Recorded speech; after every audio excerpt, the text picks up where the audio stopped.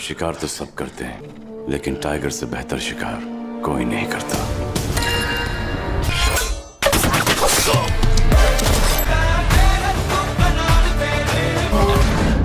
So guys, आज के सब থেকে বড় যেটা আপডেট বেরিয়ে আসছে যেটা হলো তামিল ডাইরেক্টর অ্যাডলি কুমার জওয়ান সিনেমার পর সে প্যান ইন্ডিয়াতেও নাম করে ফেলেছে। তো তার আপকামিং সিনেমা যেটা শোনা যাচ্ছিল বলিউডেরই ভাইজান সালমান খানের সাথে হবে, তো সেই সিনেমাটা 2 হিরো ফিল্ম হবে এবং সেখানে রণবীর সিংয়ের নাম উঠে আসছিল। তো তারপরে আপডেট বেরিয়ে আসে যে না, সে নয়, সাউথ থেকেই কোনো বড় একজন অ্যাক্টরকে আমরা দেখতে পাবো। তো আজকে যে আপডেটটা বেরিয়ে এসে সেটা সত্যি বলতে টোটালি সারপ্রাইজিং।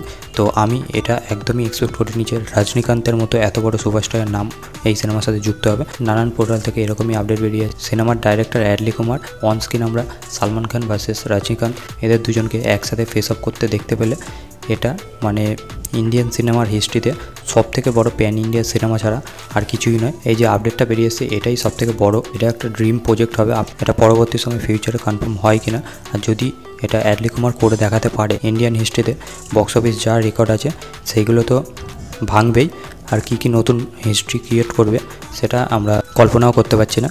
জাস্ট এরকম একটা কাস্টিং যে হবে মেন লিডে এত বড় দুজন সুপারস্টারকে আমরা দেখতে পাবো সেটাই আমি আশা করিনি। আফটার যে আপডেটটা বেরিয়েছে সেটা শোনার পর আমি সত্যি বলতে খুবই সারপ্রাইজ, খুবই শকিং। এবং এরকম আপডেট বেরিয়ে আসছে যে নেক্সট মান্থ অ্যাডলি কুমার সালমান খান এবং রজনীকান্তের সাথে এই সিনেমার স্ক্রিপ্ট নিয়ে বসবে এবং তাদের সাথে কথাবার্তা হবে। তো সেটা দেখবার বিষয় যে স্ক্রিপ্ট পুরোপুরি লক হয় কিনা এবং এদের দুজনকে ফাইনাল কাস্ট করতে পারে কিনা। তো এই আপডেটটা শুনে তো আমি খুবই বেশিভাবে খুশি। আপনি এই আপডেটটা শোনার পর কতটা এক্সাইটেড অবশ্যই কমেন্ট করে জানান। আমার এই ভিডিওটা ভালো লাগলে লাইক করবেন, শেয়ার করবেন, চ্যানেলে নতুন চ্যানেলটিকে সাবস্ক্রাইব করবেন। Till then by.